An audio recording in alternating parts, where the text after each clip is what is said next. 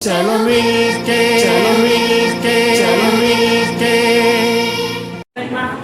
ખાવાનું બધા ખાઈએ છીએ એના વગર તો બિલકુલ ચાલતું નથી આપણને, બરાબર? તો આપણી રસોડામાં અમુક એવી વસ્તુઓ હોય છે જેના વગર આપણું રોજનું ખાવાનું ફીકું લાગે છે. જો એ વસ્તુઓ ના હોય તો કિચનમાં આપણા રસોડામાં અમુક એવા મસાલા હોય છે જેના લીધે આપણું રોજિંદા જીવનથી જે જમવાનું છે સ્વાદિષ્ટ લાગતું નથી. તો એવી કઈ બે ત્રણ વસ્તુઓના નામ તમે આપી શકશો કે એવી કઈ વસ્તુઓ છે જેના લીધે આપણું ભોજન સ્વાદિષ્ટ ના લાગે?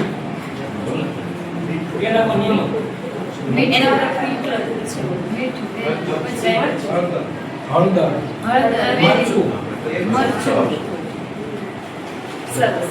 એટલે એવી અમુક વસ્તુઓ પણ છે જે આપણે ફક્ત ખાવામાં જ યુઝ નથી કરતા પણ એનો ઔષધિ તરીકે પણ આપણે ઉપયોગ કરીએ છીએ. અલગ અલગ વસ્તુઓ એવી છે જેમ કે લવિંગ છે, ઇલાયચી, મરી, એ બધીના આપણે અમુક ઔષધિ તરીકે પણ ઉપયોગ કરીએ. એવું નથી કે આ મસાલાની રીતે જ ઉપયોગમાં આવે છે. અથર્વવેદમાં એના અલગ અલગ બધા કેટલાય ઔષધિના ગુણ આપેલા છે. કોઈ પણ જે વસ્તુ છે, ઇલાયચી છે તો એનો એક અલગ ગુણ છે, લવિંગ છે તો એનો એક અલગ ગુણ આપેલો છે. એવી રીતે અથર્વવેદમાં અલગ અલગ વેદોમાં પણ સુશ્રુત સંહિતા છે, એમાં પણ આના અલગ અલગ લાભ આપેલા છે. જો મસાલાઓને આપણે યોગ્ય રીતે સંતુલિત આહારમાં લેવામાં આવે તો આપણું શરીર શુદ્ધ રહે છે, બુદ્ધિ તીવ્ર થાય છે અને આપણું મન પણ શાંત રહે છે. એને લઈને અલગ અલગ પ્રશ્નો પૂછવામાં આવશે જેના જવાબ શાંતિથી આપજો.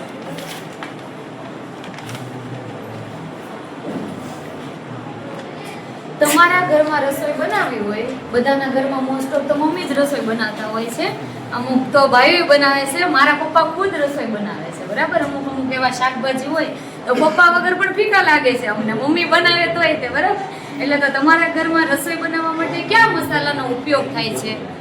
એવા કયા કયા મસાલા છે જેનો ઉપયોગ તમે મસાલા તરીકે કરી શકો?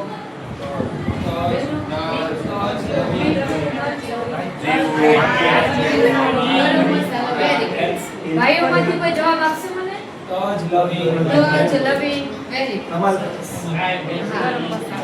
હવે કોઈ મને કહી શકશે કે મસાલાની રાણી કોને કહેવાય છે? એલાયચી, બરાબર? હવે ઘણીવાર ચામાં પણ નાખીએ છીએ અને એલાયચીનો ઘણો ઉપયોગ થાય છે આપણા શરીર માટે, બરાબર? એની એસિડિટી હોય છે તો એસિડિટી નષ્ટ કરે છે આપણા શરીરમાં. હવે દાંતના દુખાવા માટે કયા મસાલાનો ઉપયોગ થાય છે? લવિંગ. Very good. ચણા ચાટ બનાવવા માટે કયા મસાલાનો ઉપયોગ થતો નથી? એવો કયો મસાલો છે જે ચણા ચાટ બનાવવા માટે ઉપયોગ નથી લેવાતો? એની ઔષધિ હોય છે. હળદર છે. Very good. ઔષધિ તરીકે આપણે કયા કયા મસાલાનો ઉપયોગ કરી શકીએ? હળદર. પછી ઔષધિમાં લવિંગ છે. બીજું હજી એક છે નામ. આ ચાટ ઉપરથી મને કોઈ કહેશે? ચાટ ઉપરથી મરી. Very good. હવે મરીનો ઉપયોગ ક્યાં કરી શકીએ આપણે? મરીનો ઉપયોગ એવી કઈ વસ્તુઓમાં આપણે ઉપયોગ કરી શકીએ?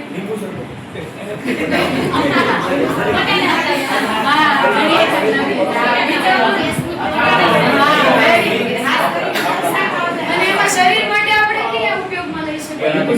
શરીર માટે એનો ઉપયોગ કર્યો છે પાચન માટે. Very good. પછી ગેસનું પ્રમાણ. હા, ગેસનું પ્રમાણ. Very good. પછી બીજી જગ્યાએ સતી કરી. હા, વેરી ગુડ.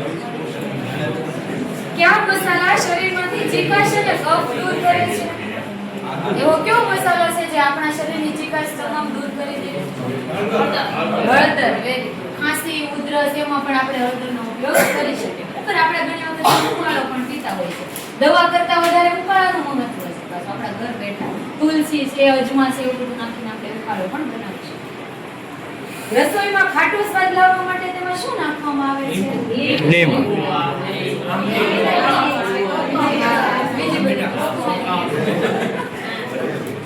કોકમ. ખૂબ સરસ. આયા રાખો.